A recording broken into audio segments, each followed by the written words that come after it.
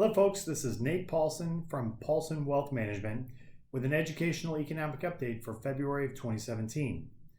In this month's video, we'll discuss some of the major headlines that influence markets in January and provide insight into what these developments could mean for you as an investor. Please stay tuned at the end of this video for a required disclosure statement. Do you remember where we were this time last year?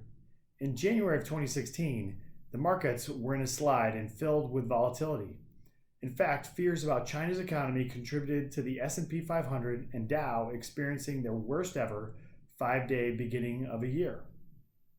However, 2017 is off to a different start. This January, we saw the three major domestic indices reach record highs and the Dow surpassed 20,000 for the first time ever.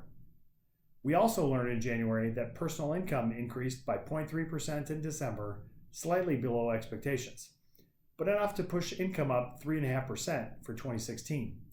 And retail sales increased by 0.6% for December, ending up 4.1% for the past year.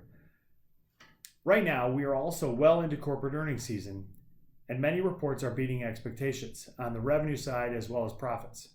As of January 31st, blended earnings were up 7.1% in the fourth quarter, and revenue increased approximately 4.2%. Revenue increases are sorely missed because we haven't seen them for a long time, and we're really excited about that. But despite this positive data, the economy still has opportunities to improve further.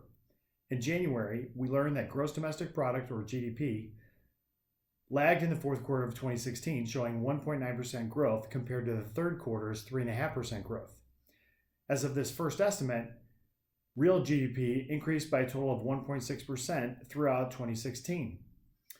But if you look more deeply at the numbers, you'll see that many aspects of our economy grew in the fourth quarter, including household purchases, business equipment spending, inventory accumulation, as well as others. Instead of the lagging numbers showing a widespread slowdown, one area is largely responsible for decreasing growth, and that is net exports. In the fourth quarter, we saw a jump in imports and a decline in exports, which combined to pull growth down by 1.7%, the biggest drag since 2010. Trade is an incredibly important part of our economy. As of the most recent GDP reports, any change in the balance between imports and exports can have an effect on our growth. In fact, without the decline in exports, fourth quarter GDP could have even beaten the third quarter numbers. As you are surely aware, we are currently in the middle of a hotly debated, headline-grabbing political environment, and some of the key conversations impact trade. From taxing Mexican imports to restricting visitors from certain countries, these new policies and the reactions from the nations that they affect could change the balance between American imports and exports, and thus our economy. Of course, we are not political prognosticators, we are financial advisors.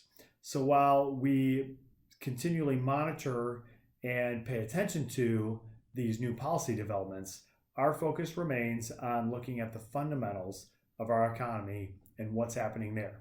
So throughout 2017, we will analyze the economy's underlying health and stability and find new ways to pursue your goals in a rapidly changing environment. As always, we are here to help you understand what's happening, and we do that no matter what the headlines and politics are.